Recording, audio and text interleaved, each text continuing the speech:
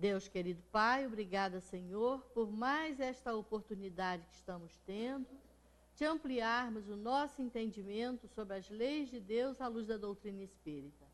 Que essa reunião, portanto, transcorra em clima de muito aprendizado para todos nós. Obrigada, Senhor. Graças a Deus e que assim seja. E com vocês, Cristina Ferro. Boa noite a todos. É sempre muito bom estarmos juntos, né? Para que a gente possa refletir sobre a doutrina, sobre os ensinamentos, sobre como a gente está atuando aí na nossa oportunidade de encarnação, né? E hoje eu escolhi o tema muitos os chamados e poucos os escolhidos.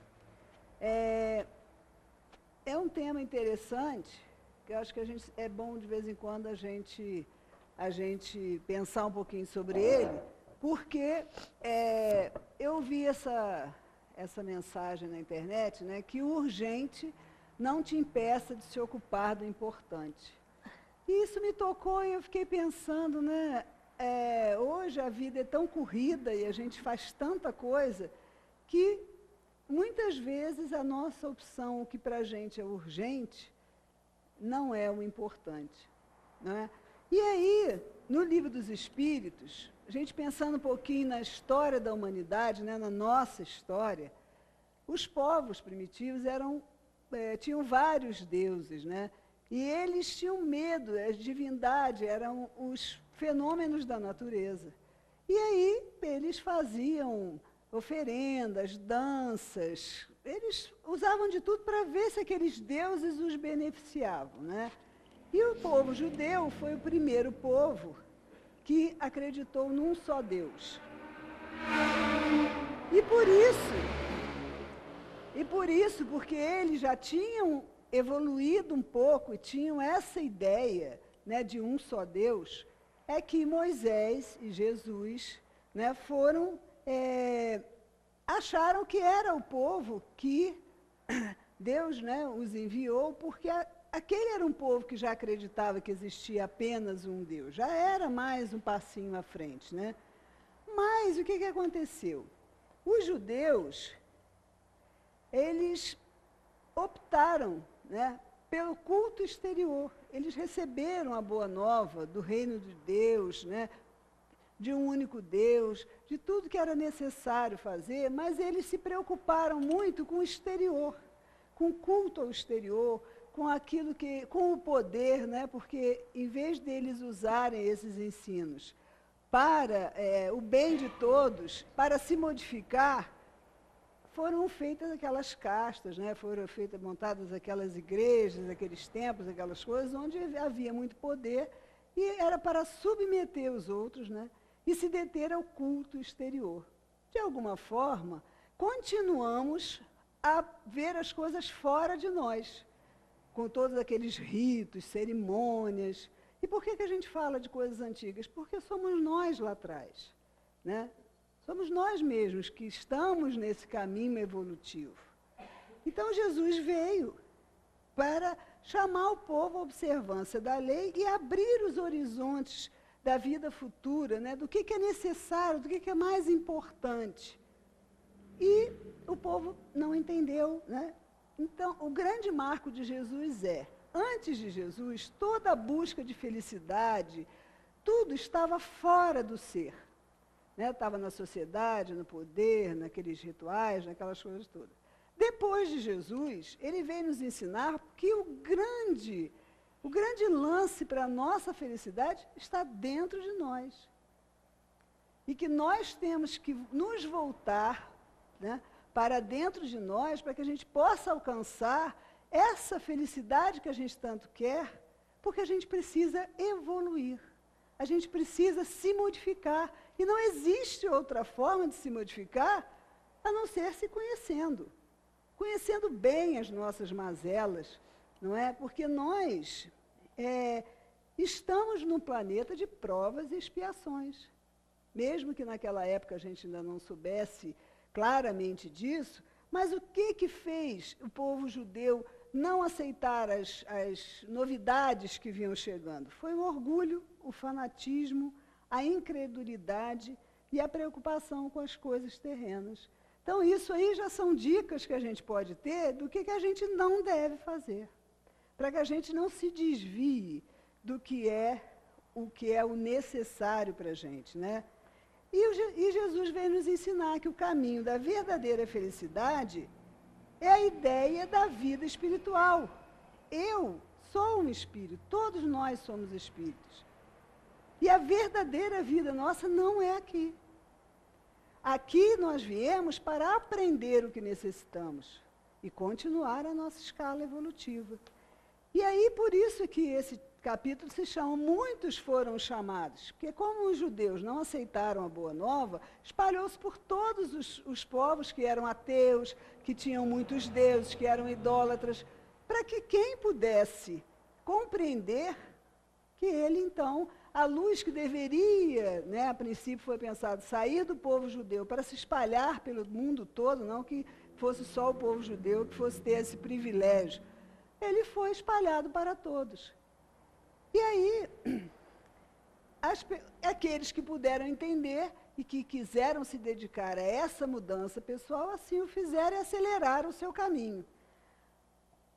E aí, os Espíritos nos falam aqui nesse capítulo uma coisa muito interessante, né? Não basta ser convidado, porque é um banquete de núpcias, né? O reino dos céus é comparado a um banquete de núpcias. Não basta ser convidado, é necessário, antes de tudo, e como condição expressa, purificar o coração e praticar a lei segundo o Espírito. Eu sou um Espírito. Então, eu tenho que ter claro o que é praticar a lei segundo o Espírito. É eu entender o que é valioso para mim, em que eu quero me tornar e me dedicar com afinco a fazer isso. Então, a condição expressa é essa, a gente purificar o nosso coração. Assim, a responsabilidade, o esforço de alcançar esse reino e essa felicidade que a gente tanto quer, está no interior de cada um de nós. Fora da caridade não há salvação. Essa é uma máxima que compreende toda a lei.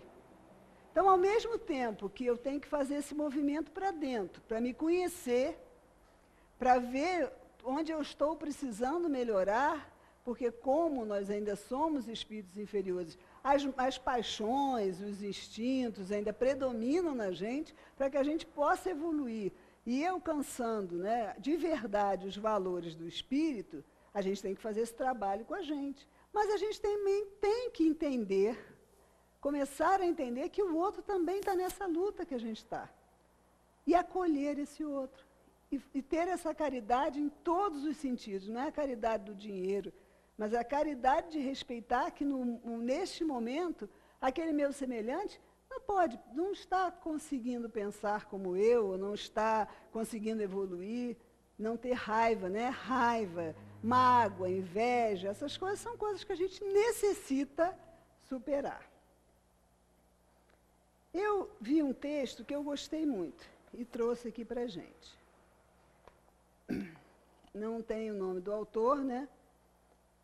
Criei o costume de toda semana comprar sequilho com goiabada na padaria perto daqui de casa. Comê-lo, bebendo um café sem açúcar, tornou-se, sem exagero, um dos momentos mais deliciosos da semana, tirando o dia da coxinha com café. Mas a goiabada me incomodava. Não necessariamente ela, mas a sua pouca quantidade. Era um pingo no meio do sequilho. Reclamei na padaria, chamei o padeiro de casquinha e tudo mais. Outro dia, voltando do estágio, passei pela padaria e, para minha sorte, disseram que havia um sequilho especial para mim. Lá estava o meu sonho num sequilho de R$1, quase que completamente coberto de goiabada. Chegando em casa, preparando o café e toda a ritualística necessária para consumir o apetecível sequilho, ocorreu que não comi nem a metade. Enjoei na segunda mordida. Doce demais. Chegava a dar náuseas. Dia seguinte, cheguei na padaria e lá estava outro sequilho coberto de goiabada. Me ofereceram, e por vergonha de dizer que eu odiei o do dia anterior, comprei. Em casa, raspei a goiabada e comi. O problema, o inferno, não era a goiabada nem o padeiro. Era eu. Fui eu quem, amando o que eu amava, queria do meu jeito, sem entender que eu gostava do jeito que era. Porque se do meu jeito fosse, eu rejeitaria, enjoaria e até tentaria fazê-lo voltar a ser como antes. Assim nós fazemos com as pessoas também. No início as amamos como são. Depois que estão conosco, começamos a criticar, tentando mudá-las, tentando colocar do nosso jeito, sem saber que o nosso jeito são as nossas projeções, pessoas que não existem. Se existissem, enjoaríamos delas. Transformamos para descartar, porque quando aquela pessoa muda, muito provavelmente quem gostávamos não está mais lá. Essa semana voltei na padaria, pedi o sequilho sem goiabada e pedi ao padeiro, agradeci ao padeiro, né, pela sua sabedoria de fazer o equilíbrio das coisas. Então, esse texto, né, eu achei fantástico, porque fala dos nossos relacionamentos, que realmente são assim, é assim mesmo que a gente faz, né, na nossa ainda ignorância, né, e também com o que é verdadeiro. Porque se a gente ouve uma novidade, uma verdade, aquilo, se não está se encaixando no que a gente gostaria que fosse, a gente descarta. Quando nós tomamos, né, a gente toma conhecimento, a gente tem contato com a doutrina espírita, a doutrina espírita ela é revolucionária. Jesus não disse, é a segunda revelação, né, de Deus para nós, Jesus nos disse muitas coisas através de parábolas, porque ele comparava a vida cotidiana daquele tempo, mas ele prometeu um consolador. E o consolador é a doutrina espírita. E ela é revolucionária. E a gente custa querer mudar, né, virar a chavinha dentro de nós, porque a responsabilidade não é de ninguém.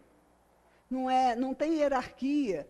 Não é quem está dando palestra aqui que vai dizer para a gente como a gente vai viver. Não tem isso. A doutrina, toda vez que a gente a estuda, somos nós, conosco, naquele momento de reflexão em que vamos mudar nossas atitudes. E isso, muitas vezes, faz as pessoas quererem, isso aí não é pura fantasia, não é? E aí, o que é revolucionário na doutrina, né? Ele nos ensina que Deus está acima de todas as coisas, né? Ele é único, ele é a inteligência suprema, é a causa de todas as coisas, que a verdadeira vida é a vida espiritual. Eu não posso ficar aqui achando que vai acabar em 50, 60, 70, e conforme a gente vai chegando perto dos 60, a gente quer que dure 100, 120, 200. Essa não é a nossa verdadeira vida. A encarnação é uma oportunidade de aprendermos. Quantos espíritos aguardam na erraticidade esta oportunidade? Para eu ficar vivendo no automático? Como as pessoas, como este mundo, como é ditado para a gente, e tem essa influência para que a gente seja mais egoísta, mais orgulhoso, mais superficial, para que a gente passe em cima dos outros. Não foi para isso que viemos aqui, para ficar cheio de mágoa, de melindre, para nos reunirmos em prol de alguma coisa e logo dar aquela confusão, porque cada um pensa de um jeito e não pode aceitar ouvir o que o outro está dizendo. Ouvir com o coração. Entender que talvez não seja o momento ainda. E procurarmos o equilíbrio do sequilho com a goiabada. É para isso que nós viemos aqui. Para esta oportunidade divina. Temos muitas vidas, sim. Muitas oportunidades, sim. Mas quando será? Não temos como saber. Agora, o hoje, é o que eu posso mudar. Para que o meu amanhã seja melhor. né, a pluralidade também dos mundos habitados. Né? Existem mundos primitivos, mundos de provas e expiações, mundos de regeneração, mundos felizes. Para lá caminhamos. Depende de nós se vamos a passos de tartaruga ou se vamos mais rápido. Então é uma grande responsabilidade, mas também é uma grande alegria. A gente aqui neste planeta hoje precisa sair desta ciranda, né, desse furacão, que tudo está ruim, que está tudo... Deus então saiu de férias. Vamos explodir tudo, começar de novo, que a gente não presta? Isso é inadmissível quando você entendeu com o coração a doutrina. Deus está no controle de tudo. Nós estamos aqui nos atritando, somos diamantes brutos, nós estamos aqui nessa lida para a gente sair daqui melhor. E são essas as provas que a gente precisa. Se não fossem, teremos outras. Então vamos melhorar para que a gente possa ajudar outras pessoas e que a gente possa ir para mundos melhores. Não que a gente queira, quando vai para um mundo melhor, que o resto se dane para trás, mas a gente tem uma força, né, vai adquirindo uma autonomia e uma força para ajudar nosso semelhante e não se embolar com ele. Porque quando a gente não sabe nadar direito, se você for salvar alguém que está lá se afogando, você vai junto. Agora, se você tem um treinamento e uma capacidade, você vai saber como resgatar aquela pessoa. É isso. Vivemos em rede, vivemos numa teia. Quando eu consigo melhorar, eu consigo ajudar o outro melhor e mais. Só que eu preciso estar focado nisso.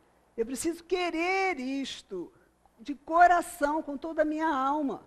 Porque quando a gente entende a profundidade, né, a sabedoria de tudo que o Cristo veio nos ensinar, a gente não pode se acomodar na mesmice. Exigem esforços de nós para a gente fazer parte dos escolhidos, né, ser uma porta estreita. Ninguém é escolhido porque você é louro, você é bonito, tem olho azul. Não, é pelo esforço que a gente faz para a gente ser melhor. É isso que a gente veio, se resume nisso. Amar ao próximo como a si mesmo. Então eu tenho que aprender a me amar e amar o outro. Por que é tão simples e para a gente é tão complicado? Por que a gente se perde e vacila tanto? Porque a gente não está atento. Né? A gente não está atento ao que a gente está fazendo. Então é isso que em vários momentos aqui do Livro dos Espíritos, da codificação, nós somos chamados a nos observar. Então você está dizendo aí, né, que a gente está aqui, mas a gente é de outro mundo, então o mundo espiritual é verdadeiro, eu tenho que viver aqui rezando, esquecer que eu estou aqui? Não. Do capítulo anterior a esse, do Mundo dos Chamados e Poucos os Escolhidos, que é o capítulo da perfeição, se não me engano, espera que eu não consigo achar a primeira folha. Sede perfeitos, o homem no mundo. E os Espíritos nos dizem, não penseis que ao vos exortar incessantemente a prece e a evocação mental, queiramos levar-vos a viver uma vida mística, que vos mantenha fora das leis da sociedade em que estáis condenado a viver. Não, vivei com os homens do vosso tempo, como devem viver os homens. Sacrificai-vos às necessidades e até mesmo às frivolidades de cada dia, mas fazei-o com um sentimento de pureza que possa santificar. Então não é para a gente se afastar do mundo, é para a gente viver nele consciente. E como a doutrina também nos fala da comunicabilidade dos espíritos, a gente está o tempo todo sofrendo influências. Porque o mundo espiritual é aqui do lado. Não estamos sozinhos. Existem espíritos superiores, espíritos inferiores ao nosso redor. E a gente se liga a eles pela sintonia que a gente está. Simples assim. Então, quando eu estou com raiva, quando eu estou magoado, lógico que eles podem ver como eu estou e vão se juntar a mim apenas aqueles que também querem botar lenha na fogueira para você brigar mesmo com o outro. Não, bota a sua opinião, bota o dedo na cara dele lá, prova que você está certo. Existe o outro lado que fala, não, não faz isso, né? Calma, esfria a cabeça, tenta reconhecer. A escolha é nossa, de com qual a quem a gente vai ouvir. E essa questão da influência dos espíritos é uma das questões que as pessoas às vezes falam assim, mas eu não... Isso é bobagem, essa doutrina espírita fala isso, mundo espiritual, eles devem ficar lá longe, ou nem quer acreditar que existe. Isso aí é real. É melhor eu aprender a lidar e saber que isso existe, porque senão, muito mais facilmente, os espíritos dizem que, na maior parte das vezes, eles nos controlam, se a gente não estiver atento para isso. Então, nós precisamos muito, né, ter essa consciência para que a gente possa optar de acordo com a nossa consciência. Que essa influenciação, que a gente possa se conectar com os espíritos superiores. Que a gente possa ser luz onde a gente está plantado aqui. Influências tem sim. Então, quando a gente dá com aquela raiva, né, e começa a pensar um monte de coisa que aumenta a raiva, eu não vou mais lá não, aquele pessoal está muito chato, aquele pessoal, cada um quer uma coisa, não entenderam nada, acho que eu estou aprendendo mais, não vou voltar mais lá não. Aí tem uma influência dizendo, faz isso mesmo, vai procurar outra coisa, esse negócio de responsabilidade, isso é besteira, vai em qualquer lugar, em casa você também pode fazer isso tudo e tal. Mas também vai ter o lado que vai dizer, não, essa é minha opção consciente, é nisso que eu acredito, e eu estou convivendo com essas pessoas, não é à toa, não é por acaso. Então a gente tem que ir lá, tem que se harmonizar. Então sempre quem vai escolher somos nós. Isso é importante ficar claro, porque senão também é o misticismo de botar tudo culpa nos espíritos. Quer fazer uma obra no centro, vai perguntar ao mentor qual cor que vai botar. Não é isso. Não é para isso. Né? A gente tem que estar conectado no bem, purificar o coração, a gente tem que ter confiança em Deus e agir de acordo com a nossa consciência. É isso que a gente precisa aprender e se torna cada dia mais urgente que isso aconteça, não é? Deixa eu ver aqui. E aqui no Livro dos Espíritos, na questão 459, no capítulo Intervenção dos Espíritos no Mundo Corpóreo, está lá, os espíritos influem sobre os nossos pensamentos e as nossas ações. Nesse sentido, a sua influência é maior do que supondes, porque muito frequentemente são eles que vos dirigem. E na 469, por que meio eu posso neutralizar a influência dos maus espíritos? Fazendo bem e colocando toda a vossa confiança em Deus. Repelis a influência dos espíritos inferiores e destruís o império que desejam ter sobre vós. Guardai-vos de escutar as sugestões dos espíritos que suscitem em vós os maus pensamentos, que insuflam a discórdia e excitam em vós todas as más paixões. Desconfiai, sobretudo, dos que exaltam o vosso orgulho, porque eles vos atacam na vossa fraqueza. Então, isso que eu estou falando, estou mostrando onde está, né? Para que a gente possa realmente agir, possa ser diferente. Aí tem uma história que é o Diário da Tia Grace, que também é muito interessante nesse sentido. Esse é um artigo que saiu em 1987, nas Seleções, com o nome de É Fácil Ser Feliz, e é Nardi Rieder Campion, não sei. Ela fala da época, uma época difícil da vida dela, que ela tinha mudado de cidade em função de atividade profissional do marido, e não conseguia se adaptar à nova vida, à nova situação. Estava deprimida. Um dia ela lá, arrumando as coisas, achou um diário. Era de uma tia-avó falecida, que morava com seus pais. E ela se lembrava dela como uma pessoa sempre alegre, sempre jovial. Além de nunca reclamar, conservava sempre meio sorriso.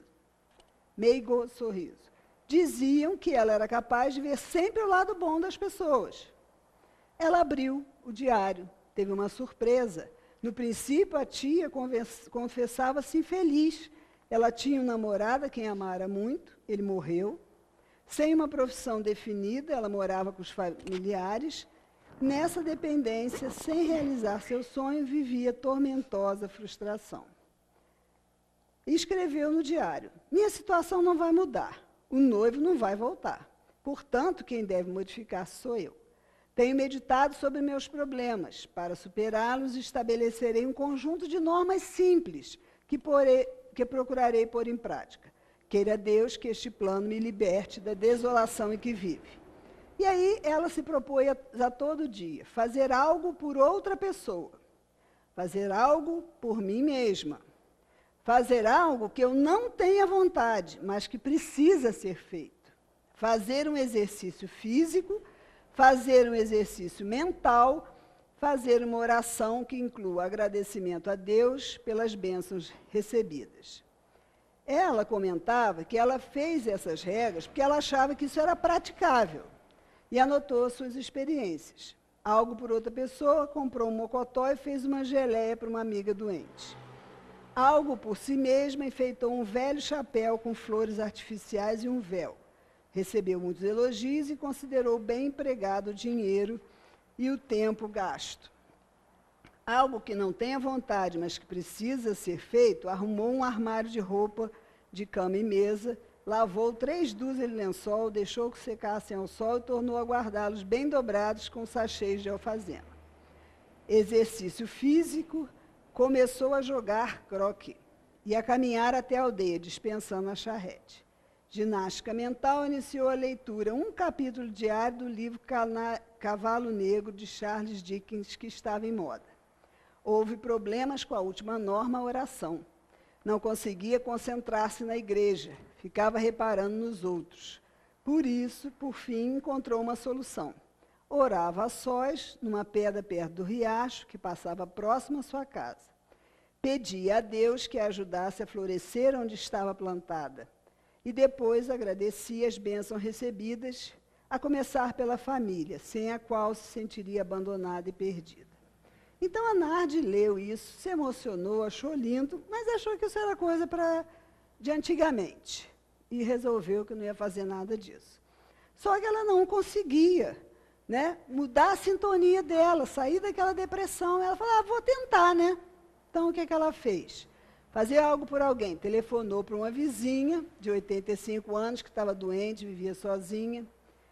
E uma das frases ficou na cabeça dela: só eu mesma posso tomar a iniciativa de deixar o sarcófago do egoísmo.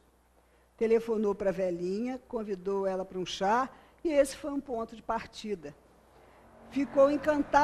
A senhora ficou encantada por ter com quem conversar e disse em meia conversa: às vezes, o que deve ser feito e não temos vontade é a primeira coisa que devemos fazer, até para que deixemos de nos preocupar com o assunto.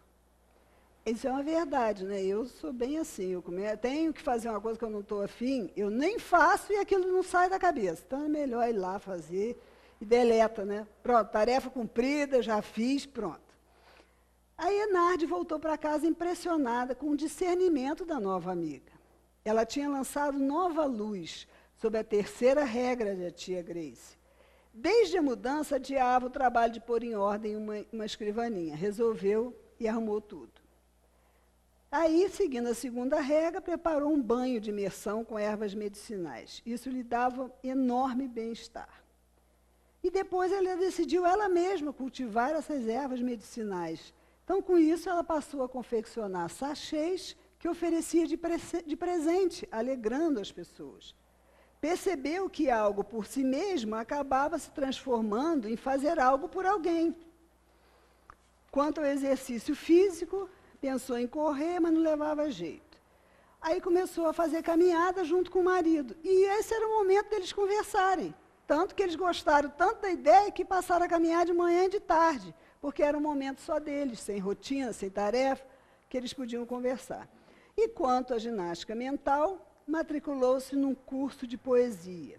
Divertia-se em filas e sala de espera, declamando mentalmente as poesias decoradas e não ficava irritada de ter que esperar. Não dispunha de uma pedra à beira do rio para oração, mas descobriu uma igrejinha humilde onde se isolava num horário tranquilo. Ali meditava e se ligava ao céu. Eu gosto muito dessa história porque ela nos mostra que mudar de sintonia para o bem é muito simples. Não é com grandes coisas que a gente não vai virar um grande missionário, né? Ser reconhecido por todos. Não é isso.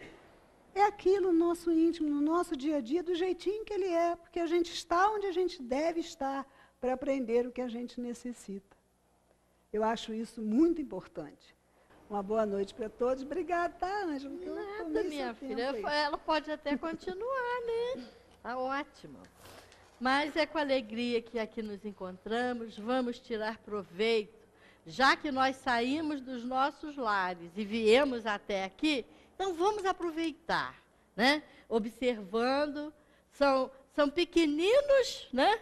Mas que traz um conteúdo muito grande. Então, a gente tem que aproveitar cada oportunidade que nos está sendo dada. Hoje nós trouxemos para estudarmos os trabalhadores da última hora, capítulo 20 do Evangelho segundo o Espiritismo. E nós temos a parábola, uma parábola muito interessante que está em Mateus. E vamos à parábola, porque daqui nós vamos tirar, né, o nosso estudo da noite. O reino dos céus é semelhante a um homem pai de família que, ao romper da manhã, saiu a assalariar trabalhadores para a sua vinha. E, feito com os trabalhadores o ajuste de um dinheiro por dia, mandou-os para a sua vinha. E, tendo saído junto da 3ª hora, viu estarem outros na praça ociosos. E disse-lhes: ide vós também para a minha vinha, e dar-vos-ei o que for justo. E eles foram. Saiu, porém, outra vez, junto da hora 6ª e junto da hora 9ª, e fez o mesmo. E junto da 10ª hora tornou a sair, e achou outros que lá estavam, e disse: por que estáis aqui? Ninguém conseguiu nada? Porque ninguém nos assalariou. Ele lhes disse: ide vós também para a minha vinha. Porém, lá, no fim da tarde, disse o senhor da vinha ao seu mordomo: chama os trabalhadores e paga-lhes o jornal, começando pelos últimos e acabando nos primeiros. Tendo chegado, pois, os que foram junto da hora 10ª, recebeu cada um seu dinheiro. Saíram felizes, né? Que receberam a sua parte. E chegando também os que tinham ido primeiro, julgaram que haviam de receber mais. Porém, também estes não receberam mais do que um dinheiro. E ao recebê-lo, murmuravam contra o pai de família, dizendo: estes que vieram por último não trabalharam senão 1 hora, e tu os igualaste conosco, que aturamos o peso do dia e da calma. Porém, ele, respondendo a um deles, lhes disse: amigo, eu não te faço agravo. Não convieste comigo num dinheiro? Toma o que te pertence e vai-te, que eu de mim quero dar também a estes últimos, tanto quanto a ti. Visto isso, não me é lícito fazer o que quero? Acaso o teu olho é mau porque eu sou bom? Assim serão os primeiros, e os primeiros os últimos, porque são muitos os chamados e poucos os escolhidos. Essa parábola é muito interessante, porque realmente, se a gente pensar na justiça, um trabalhou 12 horas, o outro trabalhou 1 hora, mas ele foi contratado para isso. Então, não convinha ao trabalhador reclamar, ele estava recebendo a sua parte. Bom, os últimos serão os primeiros a receber os seus salários. Guardem isso. Os trabalhadores da primeira hora no mundo, no nosso planeta, quem foram? Foram os profetas. Foi Moisés que nos trouxe a primeira revelação de Deus através dos 10 mandamentos. Todos os iniciados que marcaram as diversas fases do progresso. todos trabalharam na vinha do Senhor, ou seja, aqui na terra. Em seguida a esses todos vieram os apóstolos, os mártires da igreja, os sábios. Quantos sábios nós já tivemos no nosso planeta que deixaram marcas luminosas por onde passavam? Os filósofos.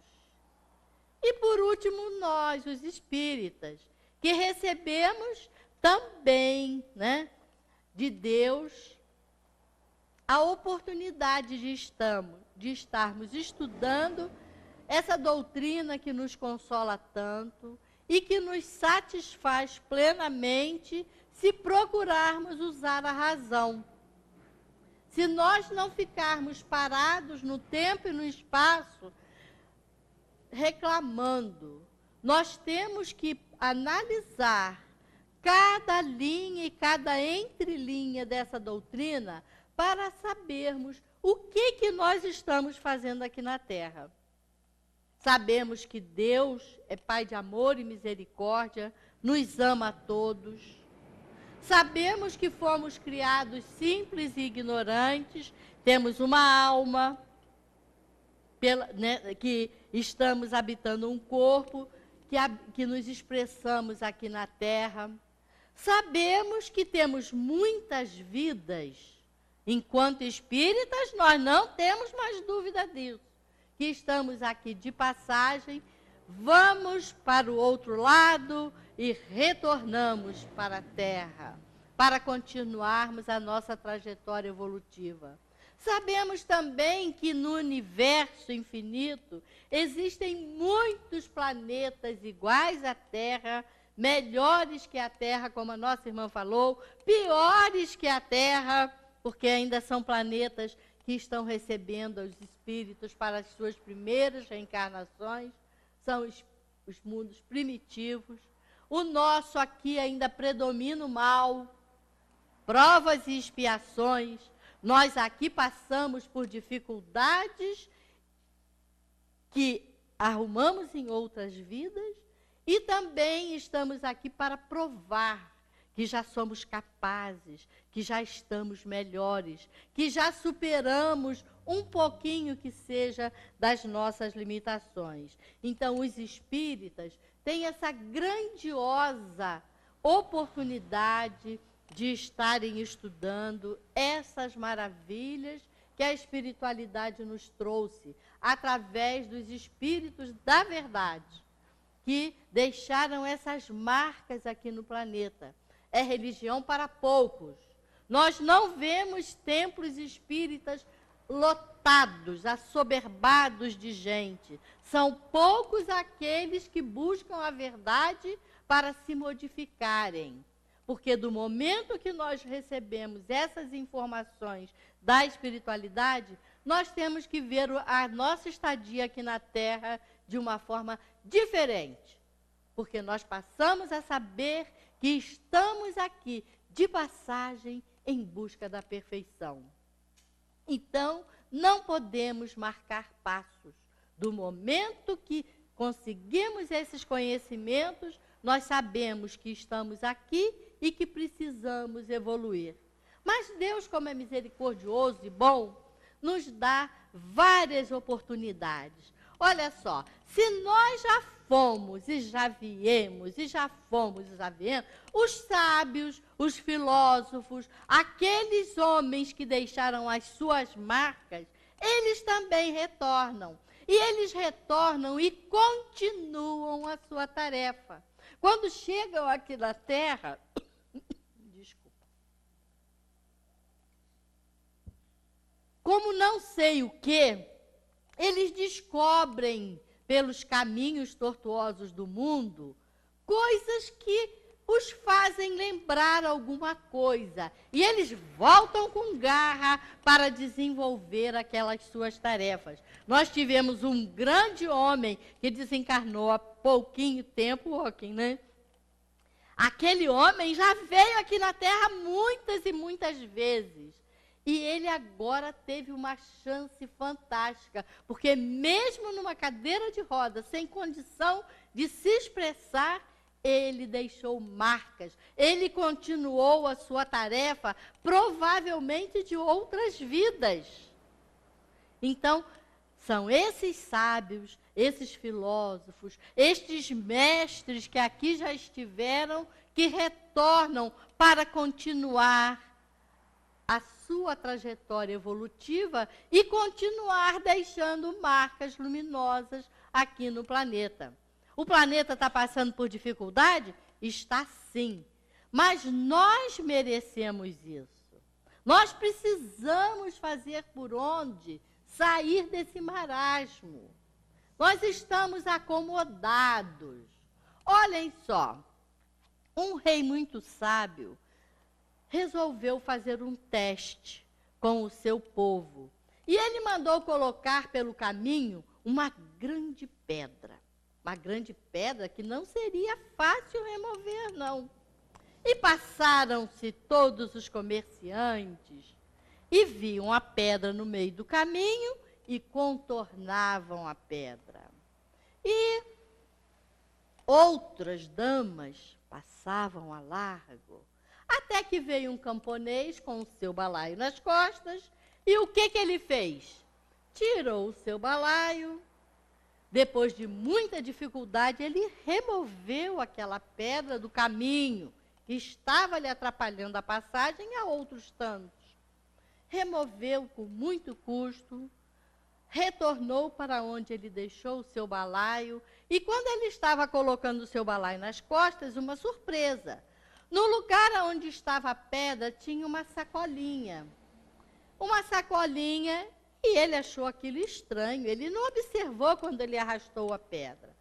E dentro dessa sacolinha tinha um bilhete do rei, que dizia o seguinte: estas moedas de ouro são para aquele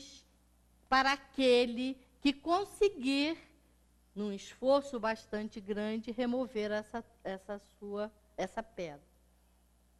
E ele ficou feliz. Ele fez um grande esforço e foi recompensado por isso. Da mesma forma somos nós. Nós precisamos de muito esforço para vencermos as nossas limitações, as nossas dificuldades, os nossos problemas, que são tantas as pedras que nos são colocadas pelo caminho, que às vezes dá vontade de contornar. Mas nós não podemos fazer isso. Nós já somos sabedores da reencarnação. Se aquelas dificuldades vêm para nós, é necessário que façamos um esforço muito grande e procuremos superar com amor aquela dificuldade. Porque lá na frente nós vamos receber a recompensa. Esse homem recebeu o ouro. Nós vamos receber a redenção do retorno à pátria espiritual, confiantes, né, que estamos aqui de passagem. Nós temos aqui, nesse capítulo, uma parte muito importante, que é a missão dos espíritas. Nós todos somos espíritas do momento que abraçamos essa causa. Todos nós temos consciência, né, da importância do espiritismo na nossa vida.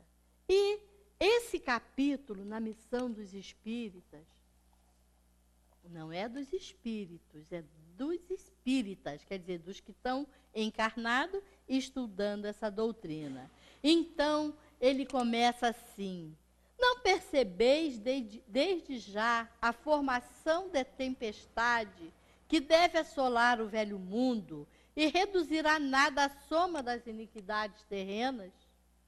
Ah, bendizei ao Senhor, vós que tendes fé na sua soberana justiça, e que novos apóstolos da crença revelada pelas vozes proféticas superiores e despregar o dogma novo da reencarnação e da elevação dos espíritos, segundo o bom, ou mau desempenho de suas missões e a maneira por que suportaram suas provas terrenas.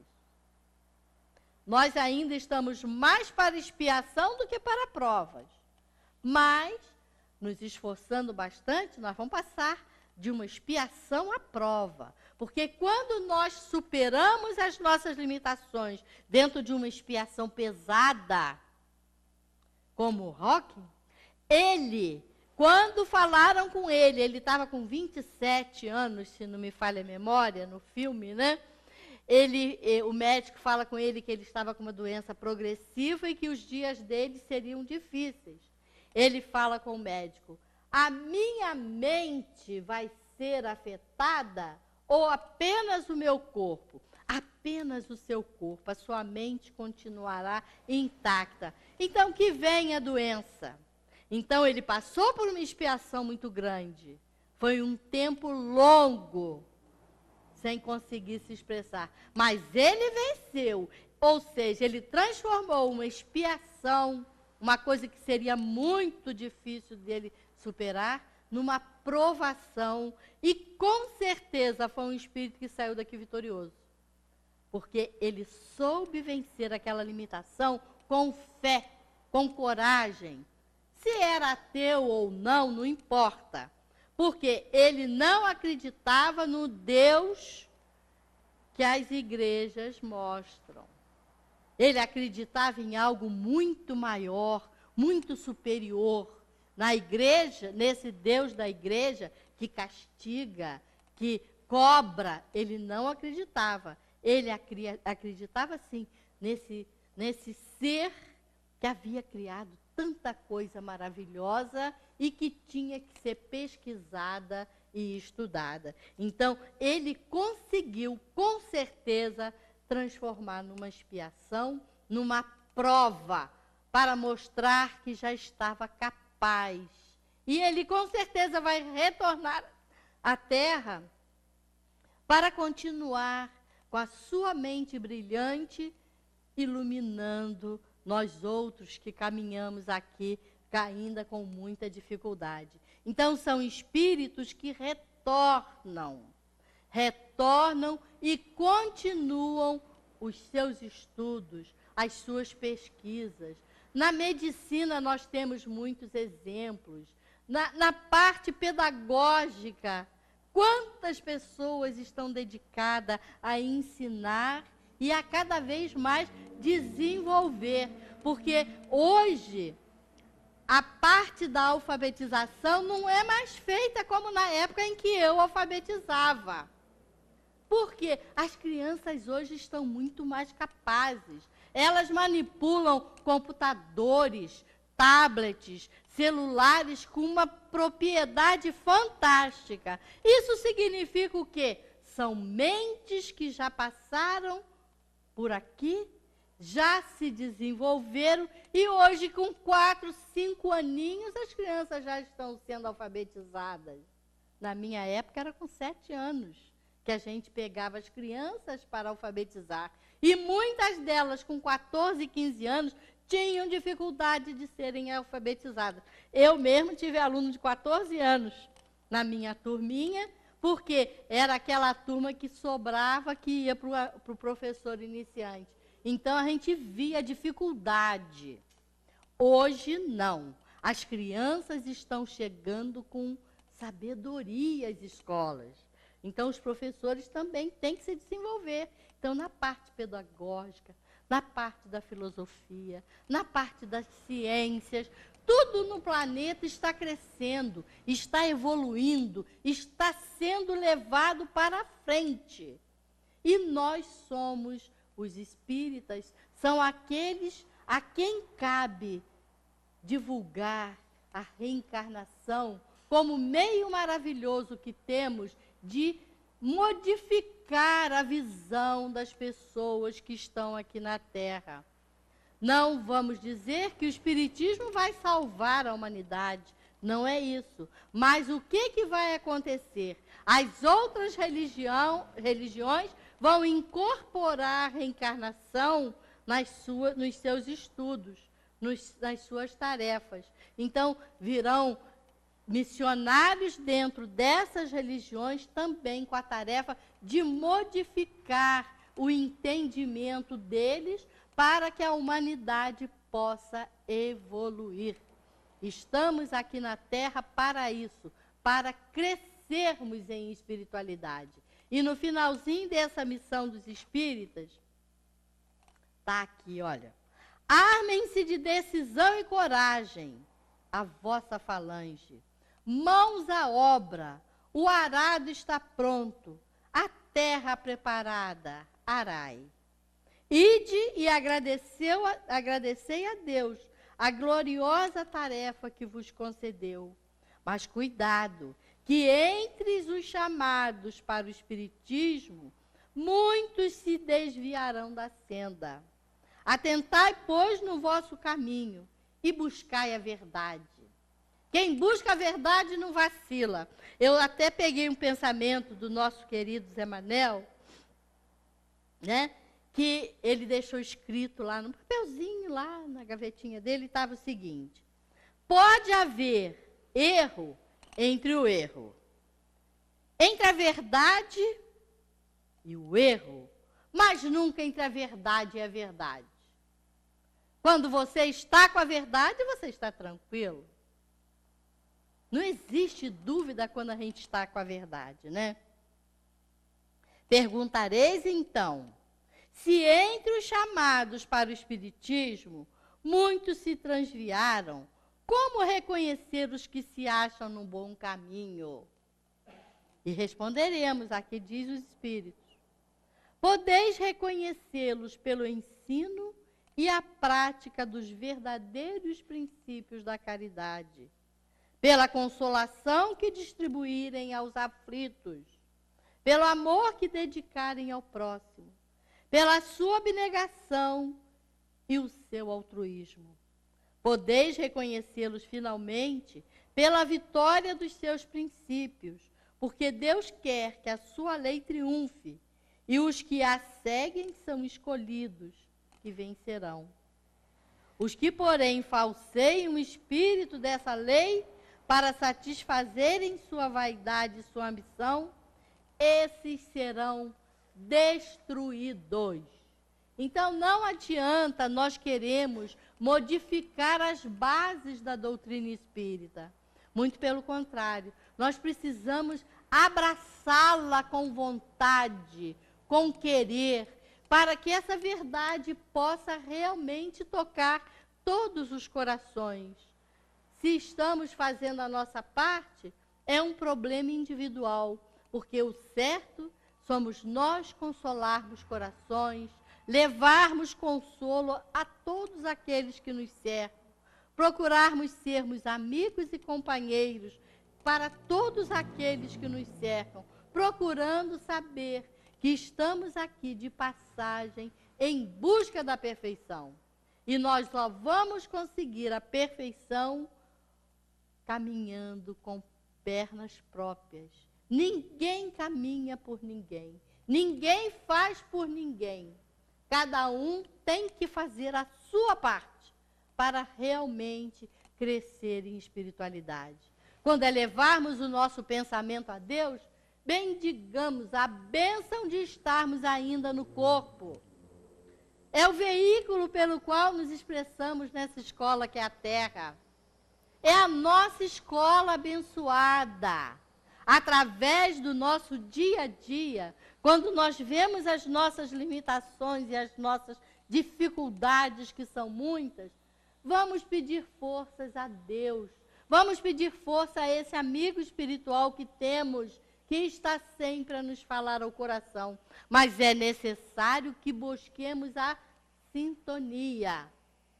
Se nós não buscarmos essa sintonia, estaremos marcando passos nessa escola grandiosa que é a Terra. É linda, é maravilhosa, é muito bela. E está aqui para que a desfrutemos, para que curtamos cada amanhecer, quando o sol brilha e o céu amanhece lindo, azulado, como nós ficamos gratificados. Ou quando vem uma noite acolhedora, céu estrelado, aonde nós podemos ver milhões e milhões de planetas habitando, agasalhando, recebendo espíritos também como nós.